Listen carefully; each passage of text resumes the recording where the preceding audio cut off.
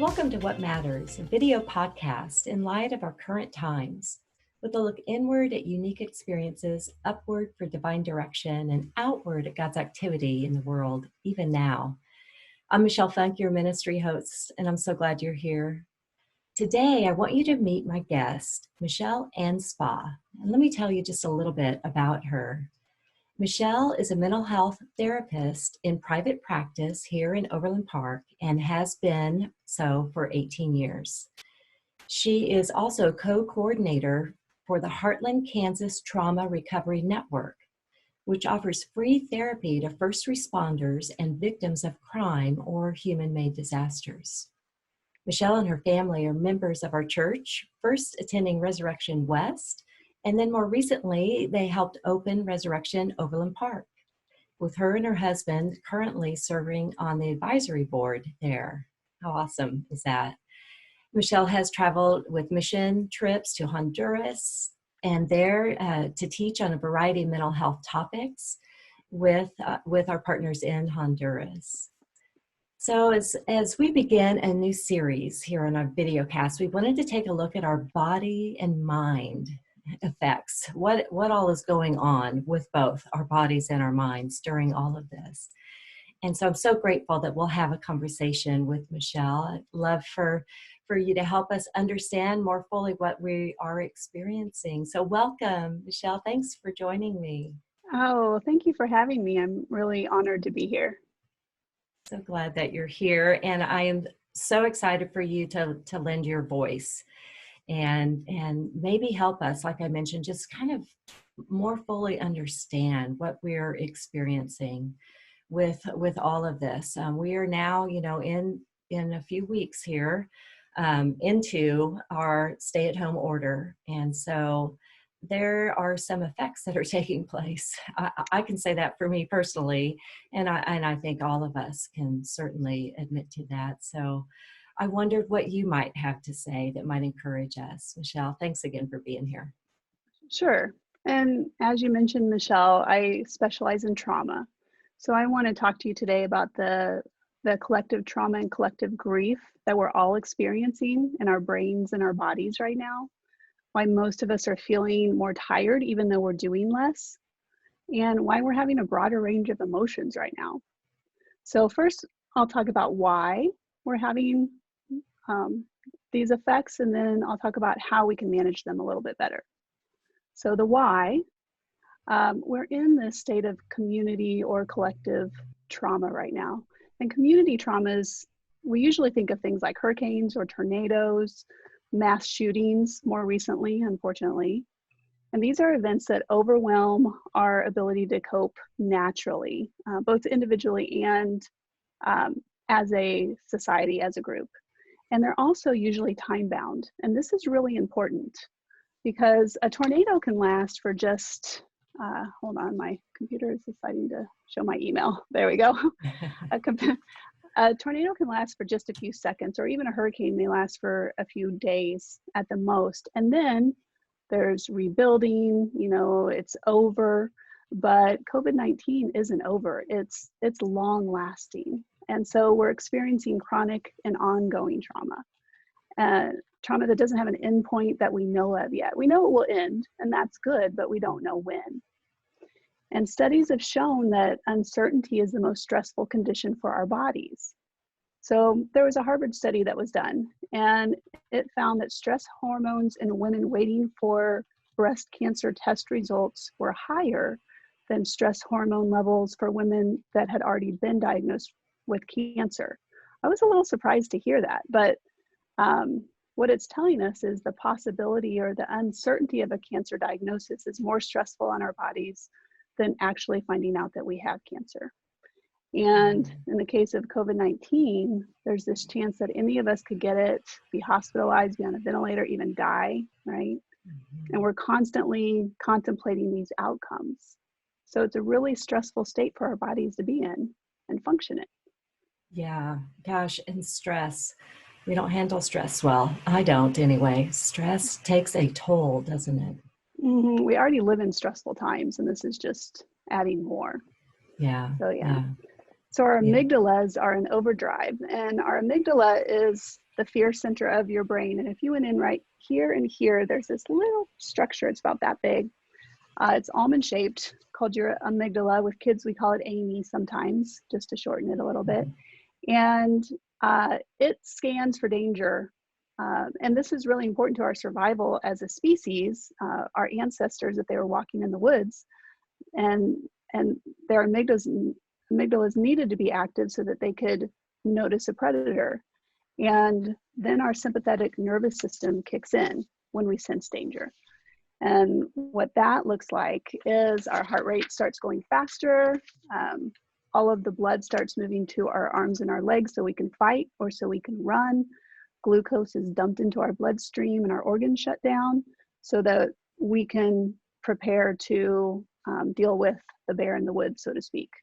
And that's great if it's just a bear. You know, your body activates and turns on the sympathetic nervous system and fights or runs, and then it deactivates and goes into a parasympathetic nervous state.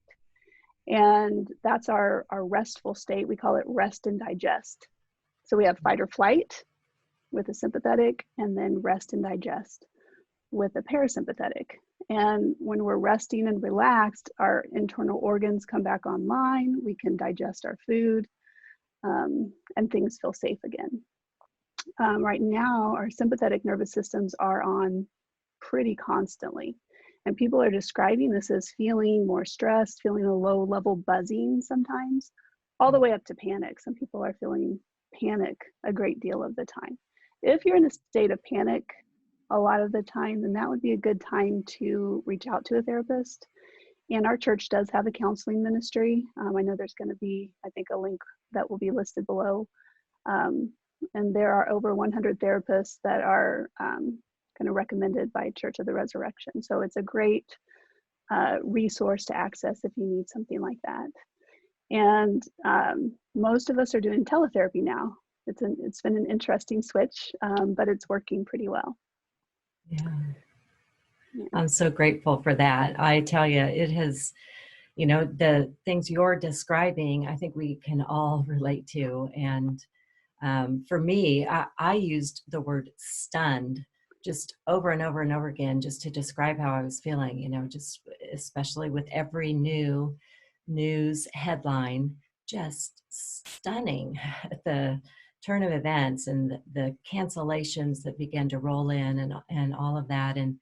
And so that overwhelm and that stunned feeling, I guess, is probably, that was when my amygdala was going, what is happening? Fight or flight, fight or flight, fight or flight, just constantly. I mean, it really did feel like a constant sense of just not understanding or comprehending what was happening, and then just being exhausted at night, yet not being able to sleep well, because again, I think I was just in that constant state of, oh my word, what is going on? And so, yeah, I'm glad to say I've moved past that a little bit, but boy, I like having the words and the reasons for what I was experiencing. Yeah. And you're also talking about collective grief, I think, and at first, we're grieving the loss of what our world was, what we used to be able to do. We can't go to our workplaces and our schools, our salons, our churches, our, gyms, all of those things. And so we feel that loss, much like we feel the loss if somebody died or a relationship ended. It's grief. And often a first sign of grief is that shocked feeling that you have, and then, or that you had, and then it gives way to so many others: anger, frustration, exhaustion, confusion, depression, and anxiety, just to name a few. And then we have anticipatory grief, the things that we're not going to get to do. Like our high school seniors are feeling that so heavily right now. My niece was going to get married next weekend, and she's only having her parents there, and my heart hurts for her and for me a little bit. I wanted to be there, and we'll have a celebration in August down the road, with family and friends, but it's still, we're not going to get to see her say her vows, that kind of thing. What other changes have you had in your life, Michelle, that you're noticing that's kind of part of this collective grief process?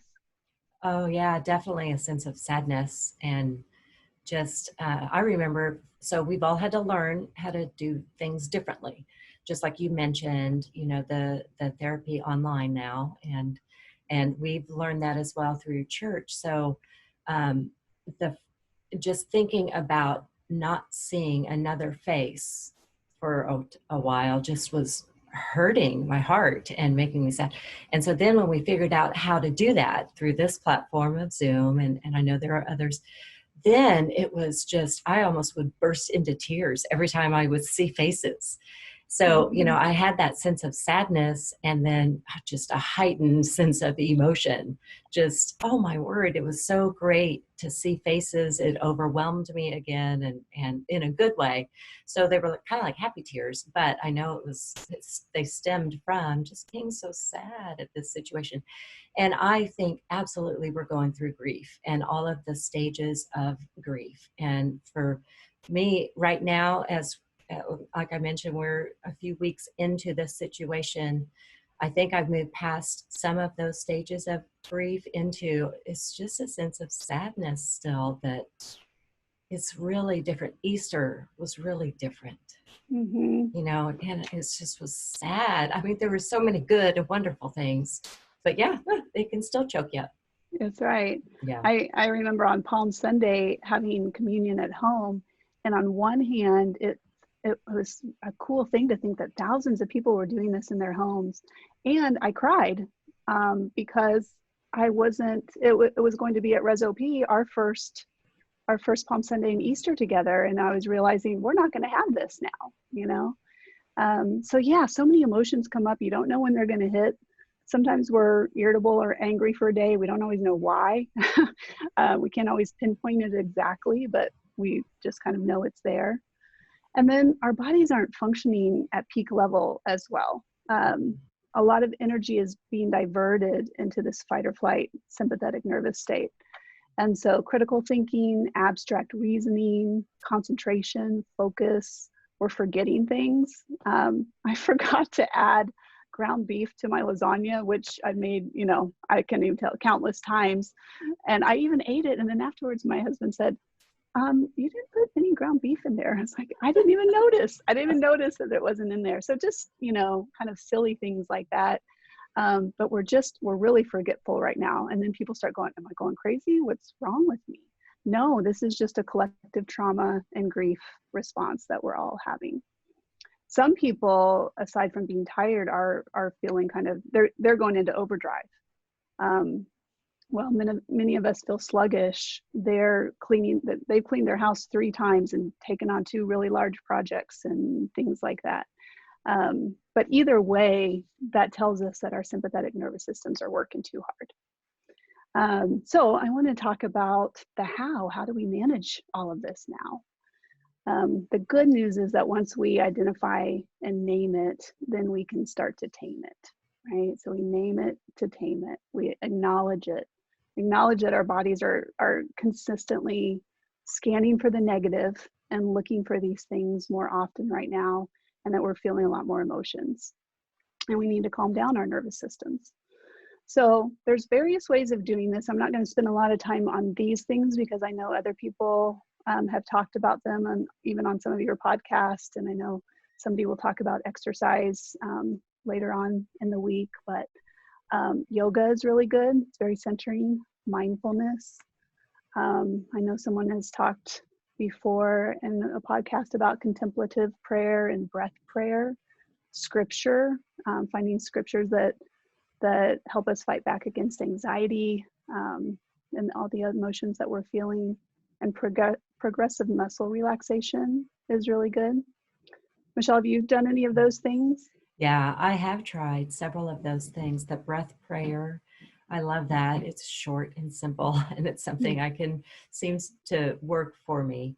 And then I do try to, when I'm unable to sleep, to do, and I may describe this incorrectly, but are you saying like when you tense everything up and then slowly Mm-hmm. relax, kind of Yeah. a muscle at a time, or you travel, from your toes all the way up, and that seems to really help get back to restful sleep. So yeah, I love trying all of these different things.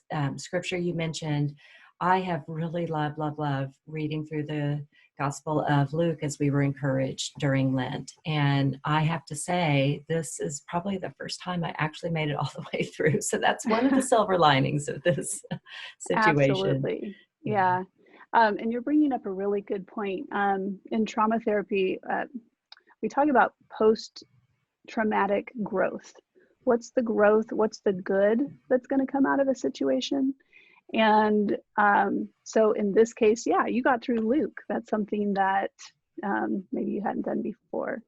And we're going to find, like with teletherapy and telemedicine, we're going to be decades, at least a decade ahead of where we would have been without COVID. I'm not saying I'm happy that we've had it or, Right. wish that things would be different, but there are some positives that are going to come from that. I'm going to talk about positives in a minute as well. But finding meaning out of suffering or out of pain is really important. So looking for those things, just like you just did, is great. There's also body hacks. We can hack our body to calm it down. So these are some of my favorite things, and they're not as talked about, so I wanted to focus on them a little bit more today. One of them is deep breathing, and that is talked about quite a bit. But the reason that it's so helpful is if you get a deep belly breath. So when you breathe in, you feel your belly go out, and when you breathe out, you feel your belly go back in. That tells our system that it's okay to relax. It tells our system that you don't have to be on guard anymore. Because if we're taking deep breaths, usually that means that we're not on guard. And there's just more room to breathe, so to speak. Another body hack, I just learned this one this year, and it's really interesting, is to produce saliva in your mouth, which sounds strange. But the reason is, in a parasympathetic nervous state, we are digesting food. And part of the start of that digestive process is saliva as you're eating food, right? So it's a way to tell your body, oh, you're safe now, you can digest your food. And so if you think about a lemon, biting into a lemon or something sour, or my kids used to love little Warhead candies, something like that. I really liked lemon Jolly Ranchers as a kid. So I don't know, can you feel yourself salivating at all? I can. Absolutely. Just in talking about those things. Yeah, so that's a nice shift for your body as well. And then taking a hot or cold shower or bath, that can shock your system into reducing emotion and moving into a parasympathetic state.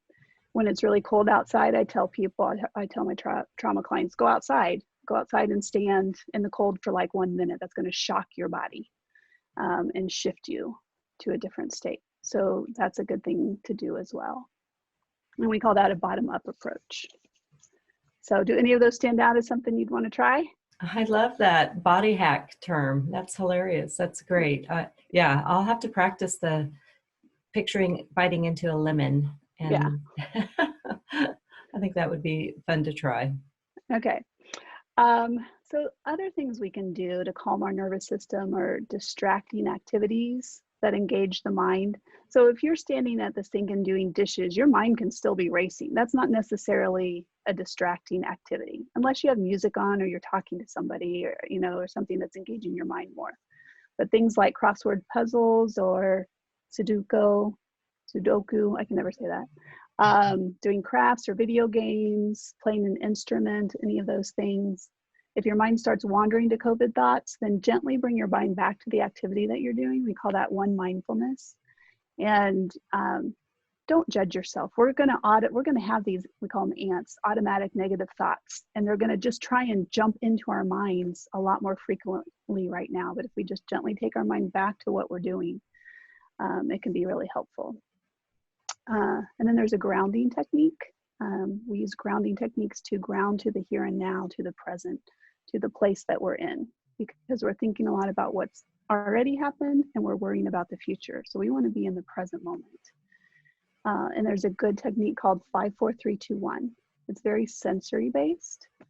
And you notice 5 things that you see, like a pen or a spot on the ceiling, 4 things that you can touch, I can touch my hair, I can touch my shirt, my chair. 3 things you can hear. Usually if I'm in my office, I can hear cars driving by outside. I hear my voice. It needs to be any external sound. 2 things you can smell, like an essential oil diffuser I have going right now. And I like the smell of my shampoo and conditioner. I did wash my hair today. And then, yes, right, exactly. And then 1 thing that you can taste. So I just had some coffee I can taste. A lot of people might taste toothpaste or whatever they had for breakfast. So that's we'll put that in the notes as well, but 5, 4, 3, 2, 1, it's distracting because you have to count the numbers and you have to change senses. So it really engages your mind. Yeah. I love it that we have the ability to help ourselves with these practices and these techniques. And while it takes some work, yes, but we are able to calm our racing mind, to settle our balance, maybe is the more appropriate way to say, our nervous system, to just get our bodies back into this more restful state instead of staying in that fight or flight. Yeah, that's right. That's awesome. And when you're aware of it, you can work on it more. And really, I mean, we're feeling such a collective sense of powerlessness right now. There's not a lot we can do. Most of us are staying home, and that's what we do, right? And that's really hard. But being able to take control and do some of these things gives you more of a sense of control. We also have more of a sense of control than we think we do. And so I talk with clients about this a lot. I can control how I set up my day, what I eat, what I buy, right? Shopping's a little bit differently, but I still control that. I can control the entertainment that I have, who I talk to. There are so many things we can control, which is important to remember. The number of times we shower and wash our hair. That's right. And that may be a little less right now, and that's okay. Yeah, of course. Yeah, right. And then another thing that calms our nervous system is to check the facts.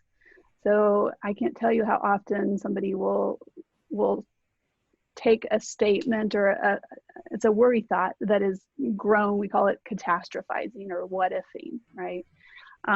So a good example right now is if a client might say, if my 75-year-old dad dies or gets COVID, then he's going to die. And that's just how it's going to be. He's going to die. And I'll say, well, let's check the facts. Let's examine the evidence. The evidence is that the fatality rate for people 70 to 79 is 14.8%. It's about 15% fatality rate. That means that 85% of those people live, right? That's pretty good odds. It's not where we want it to be, right? That's the reality. But most of those people are going to live. So we have to be careful where we let our mind go to, and we can take control of some of those thoughts as well. Yeah, great advice. Gosh, great advice. Yeah. Well, Michelle, I know you have just a wealth of knowledge and experience, and I'm so glad that we at least get a glimpse of some today. Did I give you enough time? Yes, Okay. I think so. I mean, we could always talk more, but those are some of the main points, I think. Yeah. Yeah. And you mentioned, finding these positive things that kind of help balance out all of the negatives that are going on.